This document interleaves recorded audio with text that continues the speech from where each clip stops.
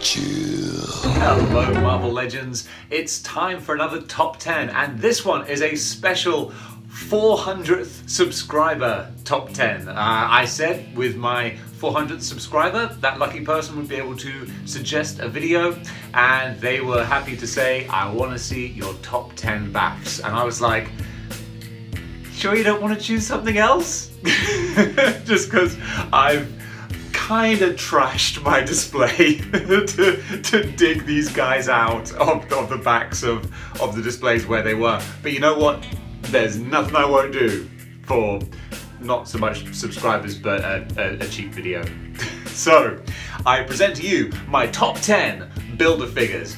Bearing in mind my top 10 Build-A-Figures, and I've only included figures that I have because otherwise what am I just going to show you pictures? Like, you could go on Google, like you want to actually see a grown man playing with toys. That's why we're here. So without further ado, let's get to number 10. My number 10 on the Build-A-Figure list is Absorbing Man. Oh yeah, we're starting pretty basic here, but this is one of the earlier, well I think this is the earliest Build-A-Figure in my collection is Absorbing Man. And he is kind of basic. He's not bad at all. In fact, the head sculpt I think is terrific. I really love the different, the absorbing tone change shift as, his face turns to, I guess, concrete is probably what he's, becoming there. And you've got the transition of the concrete in the arm as well. And then you've got steel in this one. So I have the steel wrecking ball, but I've painted the wrecking ball a more metallic color because the wrecking ball was very flat. It was a very flat, plastic looking gray. It did not look good. It looked really tacky. And I'm not normally one to modify figures in any way because I like them to be, sort of mint as God intended them to be, untouched and unchanged. But this had to be altered slightly because it was just the wrecking ball looked bad. So with a darker metallic black kind of wash to it, that really brings it out so much better. But this guy is quite basic. The Absorbing Man, the problem is there's no shading or wash or anything, so his torso looks very plasticky. There's not much to it, which is a shame because the arms, the face, that looks great. That looks really good, which makes the plain plastic single color torso really stand out.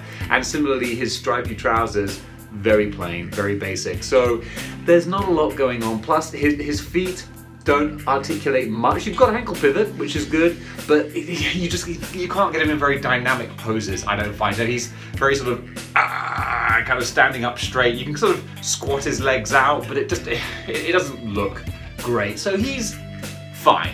He's a fine Build-A-Figure, but I bought him more on a whim than being like, oh, I have to get this BAF. So he gets number 10 place, but still a strong start. Moving on now to number 9. I don't want this to be an epic video, so I'm trying to keep it going. We have Onslaught. Now already we're getting more into, it's gonna be one of those videos, isn't it? What was I saying? We have Onslaught, and Onslaught is a BAF that I really like. I mean, I like Absorbing Man, but just not like, I don't love him. Whereas Onslaught already, in the number 9 place, we're at figures that I love. I mean, BAFs by their very nature are supposed to be bigger and better, and this is bigger and better. I've done an Onslaught review in the past, and he just, encapsulates and captures the character perfectly. The little details, the little ridges inside the thighs, the cuts on the legs that just give the character more texture to him. It looks so much better. I'm not a great fan of the helmet sculpt, the way it kind of just cuts off the black on the face. It looks a little bit odd, but I will allow it. Unfortunately, again, he suffers a little bit of the Absorbing Man style of being a little too plasticky. It's just, there's not much of a wash. There's a wash on the details on the legs, but then there's just big swaths of just plain red plastic and plain purple plastic, so you do get that more basic kind of toy kind of feel as opposed to like a statue kind of thing. It feels more like a toy, and he's not incredibly posable, so there's not much you can do with him. He's a bit more like a statue, but then being a statue you would expect more detail, so he doesn't have that. So I like him, but I don't love him. But still, I'm a big mark for Onslaught. Just, you know, 90s, massive company-wide crossover, universe changing for, you know, all of 6 months. Yeah, I'm a big fan of Onslaught. I'm so glad that we have a big bath, but could be bigger. That's the thing. Onslaught, you imagine like a gigantic, towering, like monolith of a character, and this guy's like slightly taller than Kingpin, so he could have been a lot bigger. But moving on to number 8. Now we're getting to like the real, already really good figures. The Sandman bath. Oh yeah, now we're talking. This is a great figure. I mean, just look at this. Look at this guy reaching out towards the camera. Ah, how cool is that hand sculpt? It is beautiful. I would fight anyone who says otherwise, but no one would say otherwise, because why would you? This guy is awesome. 2 other hands as well. Got the wrecking ball, the mace, the Morning Star hand, and you got the big sledgehammer hand as well. I like these 2. I just love the clawing, you know, special claws coming at you. That looks great. But most of all, I was chatting to one of my commenters, Philip, about just how cool the face sculpt is. This damaged face. Oh, it looks horrific, monstrous, but in the best way. Of course, you've got the undamaged sculpt as well, which is great to play around with and swap about with. Give me options. I'll always use this because he just looks so wicked. The only gripe some people have is that he's a little too big. You know, it's the same body, of course, as the Absorbing Man. So it's sort of, you know, way bigger than your average human, and Sandman often will pass for being an average human. But again, he's Sandman, so he can be as big or as small as he wants to be. You know, you take him to the beach and it's like, you know, the Mummy movies. It's just the gigantic wall of sand type creature. So yeah, I love this guy, absolutely. And look, you know, it's the same torso as we have on Absorbing Man, but now that he's like got a shirt, there's different colors, different textures, and the way that you know, the shirt colors bleed into the sand on the arms, that transition of the paint and the colors, oh, it's so gorgeous. Such a great figure. And of course, some people do find Sandman difficult to stand because he's got these huge hands, but actually that's kind of half the fun, because all you need to do is just balance the hands like a pendulum, basically, like a pendulum or a scale, and then you can have a really dynamic pose without actually, you know, having to worry too much about balancing, because you just angle one hand a bit here, one hand a bit there, and he'll stand very, very securely. Watch now as he falls over. But no, I think this is just wonderful. I'm tempted to put him higher, and that's the thing. Just like I did with my top 10 figures in general. First of all, I could have chosen 10 completely different figures and put them in a totally different order. So this is just what I thought at a glance are the best. But even now I'm thinking, oh gosh, am I really going to put it in this order? This is what we're going for. So number 10, 9, 8 is the Sandman. But coming in at number 7, our most recent bath, the Sugar Man. What a disgusting looking character. How great. I love how just gross and awesome and over the top ridiculous this character is. And why the heck not, you know? He stands out by a country mile on the shelf. And sometimes you want that. You don't want characters getting lost in the background. You want them, you know, to be there and have people see them and go like, whoa, what on earth is that? This is just, you know, he succeeds in that goal. Why is he lower then? Why isn't he higher? Well, probably the main reason is just personal taste. He's grotesque, and you know, I don't have that much affection for the character. I read the original Age of Apocalypse, so I read Sugar Man in that, but he doesn't actually appear a huge amount in that. And you know, I didn't really have time to sort of cotton onto him. So you know, I know the character and he's kind of cool, but there are no sort of standout iconic Sugar Man stories that I look back on and go, oh man, I remember that. But still, just as a bath, so great. What do I not like? Why is he a bit low? Because Hasbro cheaped out, as they always do. I had to apply, whoop, and you can see it, I had to apply the tattoo myself from a guy, oh, I'm whiffing on the name, sorry, Aroha decals. Made a fantastic transfer to put on there, which makes it pop. But why did we have to do that ourselves? That's ridiculous. How much money do you have to spend to buy all the figures to get this? And you can't even do a simple paint job? Seriously? Not okay. I'm not angry at you, but I'm angry at Hasbro. Come on, Hasbro. We love your figures. Stop cheaping out. Similarly, like, you know, there could be more silver on his braces. Like, the braces look great. The sculpt looks great. Just paint it. That's all we're asking. But yeah, okay, after giving out about that, Sandman. You're Sandman. Sugar Man. It's like I'm baking a cake here. Sugar Man gets, you know, still a decent ranking because it is a great figure. I mean, just look at these guys already. It looks so cool, and I'm realizing I'm gonna have a real problem trying to do the rest of the figures. I'm gonna knock all this over before we're done, but bear with me, because coming up now, number 6. It is 6, isn't it? 10, 9, 8, 7. Number 6. This might be a bit of a controversial one, and I'm gonna cheat a bit as well, because for number 6 we have Spider, or SPDR, or, you know, however you want to pronounce this figure. What a random figure to go for a builder figure.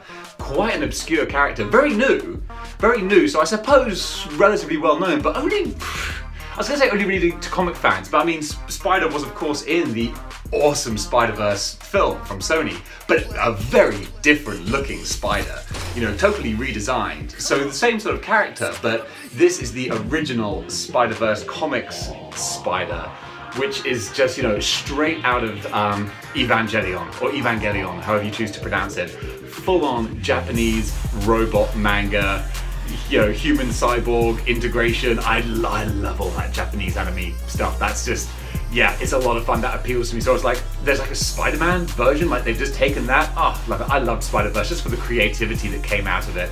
So Spider SPDR is a lot of fun. But how am I cheating? How am I cheating? Well, because we got Penny Parker as well, which is not part of the bath. This is of course a cuckoo. You know that. I'm not telling you anything you don't already know. But this cuckoo here, I mean, I know even less. I don't even know this character's proper name, but is a stand-in for Penny Parker. Works so well, because really Spider isn't the character. It's not really a character to Spider. It's just the mech suit, really. Penny Parker has a little pet spider that sort of, I think, I need to reread the comics, because I did read them, but I think, like, did the spider bite her, which gave her like the ability to interface with the spider armor? I need to fact check myself. But the pair of them, Spider and Penny Parker together, they make a really great combination on the shelf. Just move Sugar Man so you can see them a bit better. Yeah, these two together, I love pairs. I love characters as a pair, as a group. That's why, like, my current grails are Taskmaster and Black Ant, because I love those guys as a pair in the comics. They're really funny. They just, like, they work together as mercenaries, but they just dick each other over all the time. It's very amusing. But those guys are really expensive. So yeah, anyway, this pair here, I go off on such digressions. Excellent. I love this pair. Only problem with the Spider figure, because I love how gangly and, like, you can get it in such interesting poses, except that its arms don't rotate outwards. There's no shoulder ball rotation. It's just up and down, so you can't do much with that. And that's a real shame, because a character like this that's meant to look very agile and spidery should have more range in its movement. And the fact that it doesn't, that's a bit of a shame there, a bit of a design flaw. Someone should have picked up on that when they were sketching this out. All right, guys, we're halfway through. We're halfway through and I am rambling on. So, coming in at number 5, and again, these are so hard to order because these are all so good. But number 5, I'm gonna say, things are dropping, Apocalypse. Oh yeah, we're getting intense now. We're getting to the big guns. So Apocalypse was pretty much what got me into collecting X-Men figures, because I was like, I don't really need to get X-Men, but Apocalypse looks so cool. I've always loved the Apocalypse design, and I mean, I first saw Apocalypse in the 90s cartoon and I was like, this dude's like terrifying and awesome. and they've captured that terrifying awesomeness in this bath. I mean, first of all, the most important thing of any figure for me is the head sculpt. If the head sculpt looks ridiculous, it kills the figure. And this head sculpt just looks badass.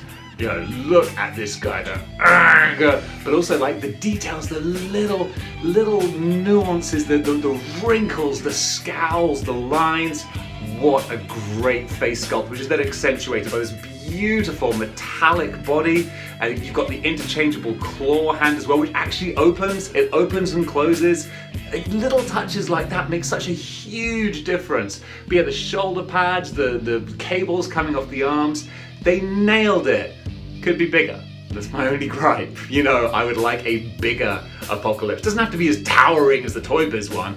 Those Halcyon days are over, but still a slightly bigger Apocalypse would have been nice, but I'm not mad at all. I love this guy. The only thing that I'm mad about is that he got me into collecting X-Men, and whew, that's been a long road to go down, but Apocalypse is an easy number 5 and may very, very well rank higher also. He deserves you know, a top spot, but as you'll see, it gets pretty crowded up at the top.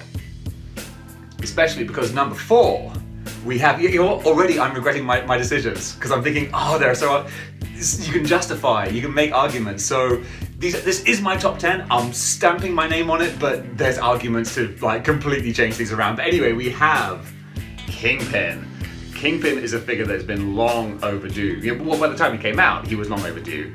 And they did him so much justice. I mean, the main thing I love is the layers, the soft plastic. I'm sorry that because I'm running out of space to maneuver, I can only hold the figure with one hand, so I can't sort of pull about, but you can see how the jacket opens up and it's, you know, separate material. It's not just one sculpt, and that makes such a big difference.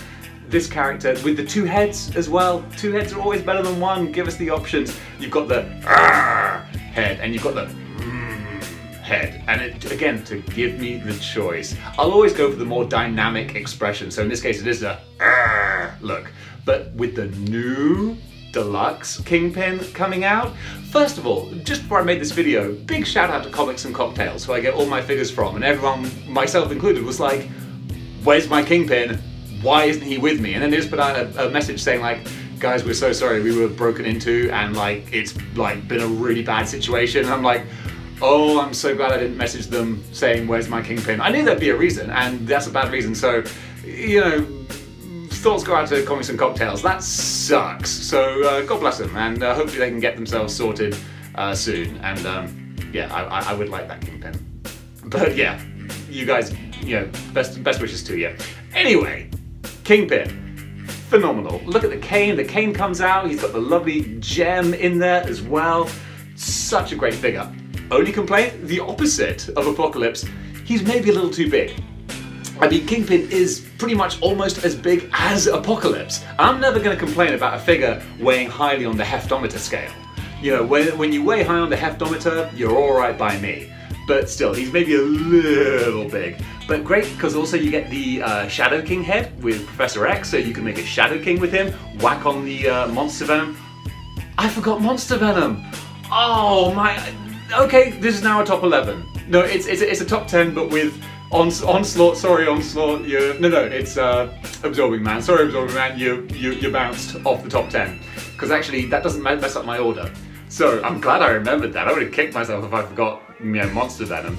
So Kingpin right here is definitely a very worthy top 10 figure. I'm definitely going to run out of space on here now. Let me just pause this while I go get my Monster Venom from the display. And we're back, and boy has my display just been destroyed by digging these figures out, especially Monster Venom. He took a lot of figures with him, but he was worth it. Monster Venom is just beautiful. He appears in my top 10 figures of all time. So of course he's going to rank highly on the BAFs, and you know, could probably rank higher. I mean, the other BAFs that I'm doing aren't even in my top 10 figures, so what does that say? But today, as of this moment, Monster Venom is going to be here at number 5. Is it number 5? 4, 3, 2, number 4. Number 4 Monster Venom. Sorry, Absorbing Man, you are definitely out of the top 10. yeah, this character is just great. You've heard me talk about him before. Metallic paint job, awesome features in the mouth and the tongue, the feet and toes with the claws, just so great. I love Monster Venom. He gets pride of place at the front of the display here, just waiting for me to accidentally knock him over. This is all going to be dominoes by the time we're finished. Dominoes. Anyway, coming in, number 3. Oh, we're so close. Okay, number 3. Number 3 is, I had to choose like then and there, and even now that I'm holding the character, I'm like, oh, maybe he should be number 2, or even number 1. They're so interchangeable. I just love all these guys, but at this moment, whim notice, we've got the dread Dormammu. Just, I mean, do I even have to say it? Look at how colorful this guy is. It looks, the skulls in his hands are so bright, it looks like there's actual lights in them. I mean, how cool is that? I love all the reflective translucency. This is just a beautiful figure, and I need to display him more prominently actually. He's a little bit tucked away, but maybe because I don't have so much affection for the character, I don't put him sort of pride and place. I haven't got a Doctor Strange. You need a Doctor Strange with Dormammu. Come on, Hasbro, give us a classic Doctor Strange. But yeah, the skulls is what makes this. Without them, he'd kind of be sort of average. But also, like, there's little things that you kind of forget or look over. There's lovely texture on the back of the sort of the skirt that he has, and it just adds a lot of depth and detail. You've got the spikes around his collar. There's a lot of like little things. This character is a great example of how lots of little things in a figure go in to like make it ultimately an awesome figure. But yeah, for me, it's skulls. Skulls are badass. You know, if you think something's so cool you literally have it tattooed on your body, that's how you know that you like them, and I like skulls. So yeah, Dormammu. And the face, like, you could argue it's kind of goofy, but it's not really, because it's like he's a demon kind of otherworldly thing, so I like that. It almost looks like the comedy tragedy, you know, theatre mask, which I, you know, have an affinity for. So yeah, Dormammu ranks so high. And of course, my god, I didn't even say, purple and red, that's like my 2 favourite colours. So combine those in one figure, oh, and then make them shiny and sparkly and reflective. Oh, Dormammu ranks very, very high. It's, oh, almost sent Sandman flying there. There we go, we'll shuffle them around. I'm playing a dangerous game. I've only got 2 more figures to go. Let's see if we can do this. Because coming in at number 2, I'm torn. Okay, this might change. Like the second I press stop, I'll be like, I should have done this in a completely different order. But for number 2, as of this second, Wendigo. One of my more recent BAFs that I picked up. I love this guy. There's just texture. There's so much texture to him. It's difficult to make a character that is, you know, soft fur look like it's soft fur when he's carved out of solid hard plastic. But they do it with the shading, the blue shading all around the arms, the ruffled kind of fur. They give it that texture. He's got the bendy tail as well, so you can move that around. He's got the lovely sculpting on the feet. Now, a lot of people do say, it's all right, nothing hit me. It can be fixed. A lot of people do say that the face is kind of where it falls down a little bit, because this is not the Wendigo face that people want. And I can appreciate that, but also I haven't read much Wendigo, so I'm not like, you know, this is not my Wendigo, hashtag not my Wendigo. This is a fine Wendigo. I'm not mad about this, so it's fine. He will do. I mean, I like the face sculpt because it's gnarly and like that's a cool looking face sculpt. Is it accurate? Maybe not as accurate as it should be, but I will take it! You're literally watching my display crumble on video. This is a fun one. So yeah, Wendigo, you get a lot of love. Here you go, you can go right in the middle. Dormammu, actually, a reason Dormammu loses some points, he drops his skulls so easily.